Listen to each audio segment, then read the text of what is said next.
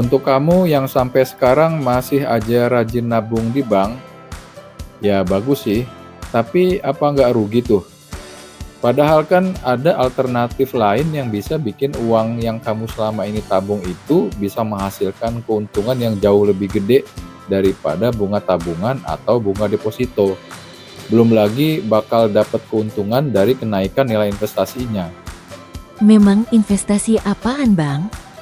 Yang saya maksud di sini adalah investasi di pasar saham. Tetapi kali ini saya akan fokus membahas seputar dividen saja. Kalau tentang investasi saham kan sudah beberapa kali saya bahas di video saya sebelumnya. Jadi silahkan saja tonton video saya yang membahas investasi saham jika kamu ingin tahu lebih banyak tentang investasi saham. Dalam berinvestasi saham, kita itu membeli saham perusahaan-perusahaan yang terdaftar di Bursa Efek Indonesia. Nah, perusahaan-perusahaan tadi setiap tahun itu rutin membagi keuntungan yang mereka dapatkan selama setahun. Pembagian keuntungan perusahaan itu namanya dividen. Jadi, kalau kamu punya saham suatu perusahaan, maka setiap tahun kamu berhak mendapatkan dividen tersebut. Bagi kamu yang orientasi investasinya jangka panjang, dividen ini malah bisa menjadi sumber pendapatan tetap loh, alias istilah yang lagi tren itu passive income. Bagaimana nggak passive income? Kamu hanya cukup beli saham suatu perusahaan, terus dicuekin selama setahun, dan entar setiap awal tahun dapat penghasilan dari dividen si perusahaan. Gimana tuh? Enak kan?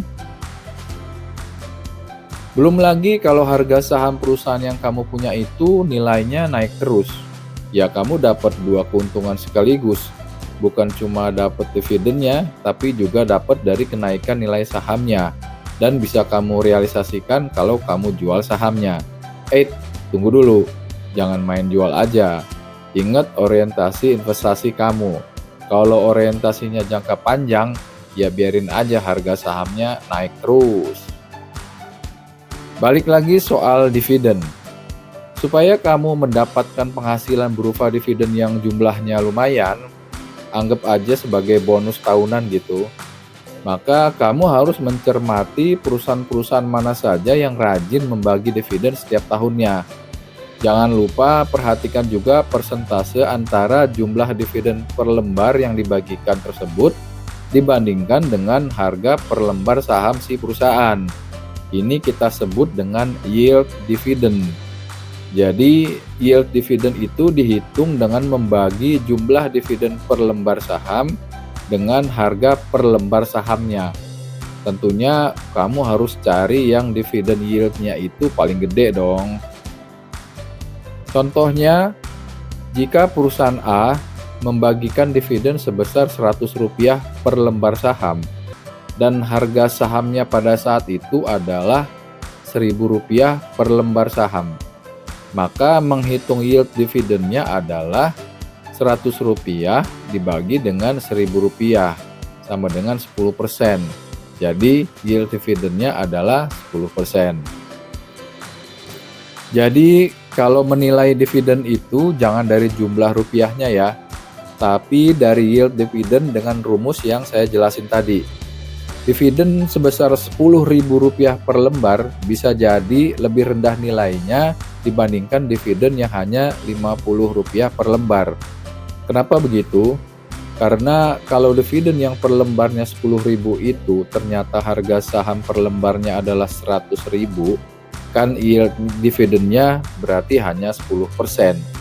Nah, kalau yang dividennya Rp50 per lembar tadi, tapi harga sahamnya per lembar adalah Rp200, kan berarti yield dividennya 25%, alias lebih besar dari dividen yang Rp10.000 per lembar itu.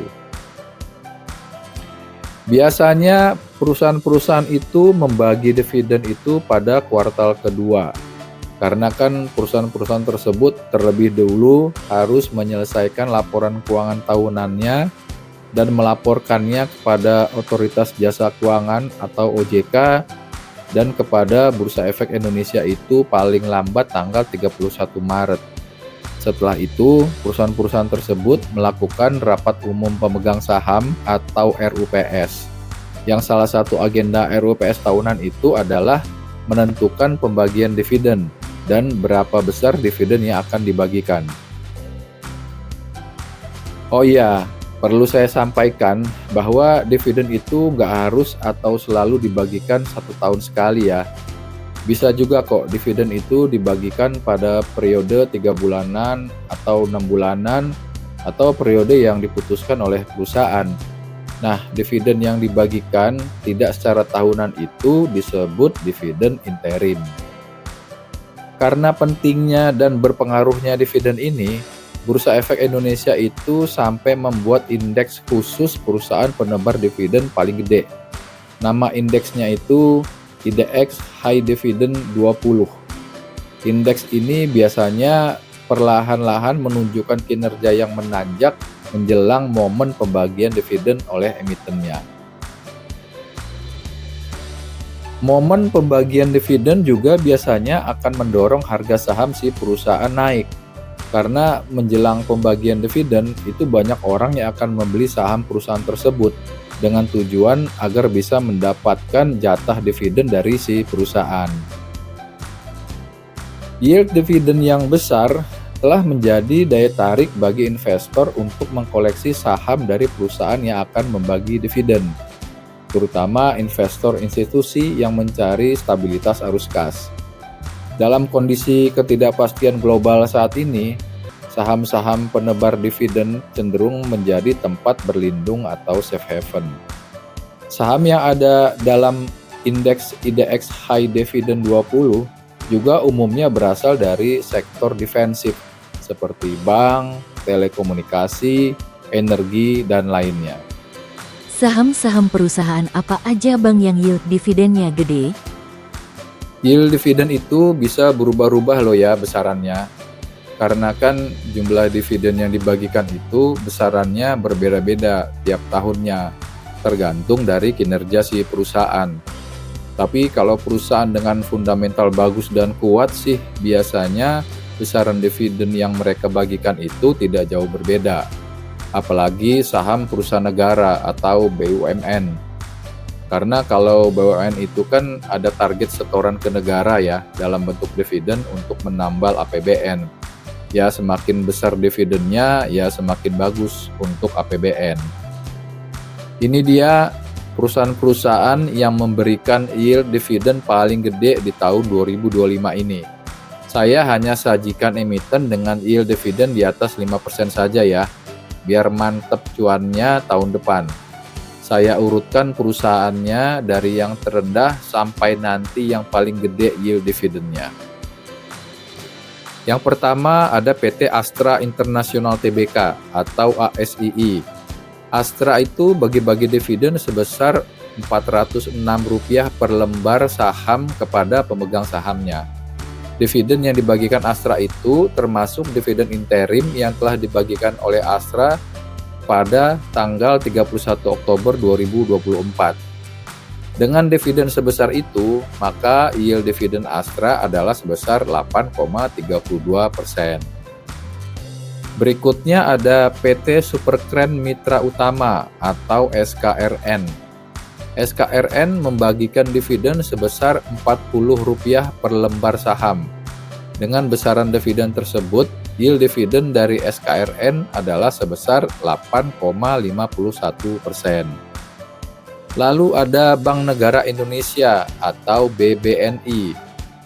Bank BNI membagikan dividen sebesar 13,95 triliun atau setara 65% dari laba bersih tahun 2024. Dengan demikian, nilai dividen yang akan diterima oleh pemegang saham adalah sebesar Rp374,05 per lembar saham. Dengan dividen sebesar itu, maka yield dividennya Bank BNI itu berpotensi sebesar 9,12%. Dividen yield Bank BNI tahun 2025 ini menjadi yang tertinggi dalam sejarah Bank BNI. Lalu ada PT Gas Negara Tbk atau Pegas. Pegas membagikan dividen tahunan sebesar Rp148,31 per lembar saham, termasuk dividen interim yang dibagikan pada Juni tahun 2024. Dengan dividen sebesar itu, maka yield dividen Pegas berpotensi sebesar 9,25%. Kemudian ada Bank Rakyat Indonesia atau BBRI. Bank BRI membagikan dividen dari laba bersih tahun buku 2024 itu senilai 51,74 triliun atau sebesar Rp343,40 per lembar saham. Dengan dividen sebesar itu, maka yield dividen Bank BRI berpotensi sebesar 9,51%. Lalu ada Bank Mandiri atau BMRI. Bank Mandiri membagikan 78% dari laba tahun buku 2024 atau senilai 43,5 triliun sebagai dividen. Dengan demikian, investornya Bank Mandiri akan mendapatkan setara dengan Rp466,18 per lembar saham. Dari nilai ini, yield yang berpotensi diraih investor Bank Mandiri mencapai 9,78%. Lalu ada PT United Tractor Tbk atau UNTR. United Tractor membagikan dividen sebesar Rp2.151 per lembar saham, termasuk dividen interim yang telah dibagikan pada bulan Mei tahun 2024. Dengan dividen sebesar itu, maka yield dividen United Tractor berpotensi sebesar 9,80%. Lalu ada PT Bukit Asam Tbk atau PTBA. PT Bukit Asam membagikan dividen total sebesar Rp397,71 per lembar saham, termasuk dividen interim yang telah dibagikan pada bulan Mei tahun 2024. Dengan dividen sebesar itu, maka potensi yield dividen PT Bukit Asam adalah sebesar 14,25%. Lalu ada PT Alamtri Resources Indonesia Tbk, ADRO, atau yang dulu kita kenal dengan PT Adaro. ADRO membagikan dividen total sebesar Rp315,79 per lembar saham, termasuk dividen interim yang telah dibagikan pada Desember 2024. Dengan total dividen tahunan sebesar itu, maka potensi yield dividen ADRO adalah sebesar 16,49%. Kemudian ada PT Pura Delta Lestari Tbk atau DEMAS. PT Pura Delta Lestari membagikan dividen total sebesar Rp29 per lembar saham. Dividen tersebut termasuk dividen interim yang dibagikan setiap 6 bulan. Dengan dividen sebesar itu, maka potensi yield dividennya PT Pura Delta Lestari adalah sebesar 20,28%. Kemudian yang terakhir adalah PT Indo Tambang Raya Megah Tbk atau ITMG. ITMG membagikan dividen total sebesar Rp4.754,55 per lembar saham, termasuk dividen interim yang dibagikan setiap 6 bulan. Dengan total dividen tahunan sebesar itu, maka potensi yield dividen ITMG adalah sebesar 21,08%. Jadi dalam hal ini ITMG atau PT Indo Tambang Raya Megah Tbk adalah sebagai jawaranya pembagi dividen paling gede tahun 2025 ini. Sebenarnya ada satu lagi di luar list yang saya sebutkan tadi. Dia adalah PT Telkom. PT Telkom ini adalah langganan yang biasanya membagikan dividen lumayan gede. Karena Telkom baru akan melakukan RUPS-nya pada tanggal 27 Mei mendatang, jadinya belum bisa saya bahas di sini. Tapi kalau perkiraan sih, kemungkinan yield dividennya PT Telkom berkisar antara 6,5% sampai dengan 7,5%. Yield dividen yang saya sebutkan tadi itu dihitung menggunakan harga saham setelah diumumkannya RUPS dari para emiten. Jadi jangan dihitung pakai harga saham per hari ini ya. Kalau kamu hitung dengan harga per hari ini ya bakal beda lah angkanya. Tapi meskipun dilakukan perhitungan yield dengan harga saham yang berbeda, namun masih dalam rentang waktu periode pembagian dividen, saya rasa perbedaannya tidak lebih dari 1% sampai 2%. Dalam menghitung yield dividen tersebut, juga saya memasukkan angka dividen interim. Karena menurut saya dividen interim tetap adalah dividen yang dinikmati oleh pemegang saham untuk periode 1 tahun. Perlu diperhatikan juga bahwa besarnya yield dividen juga tergantung dari harga saham saat kamu membelinya ya.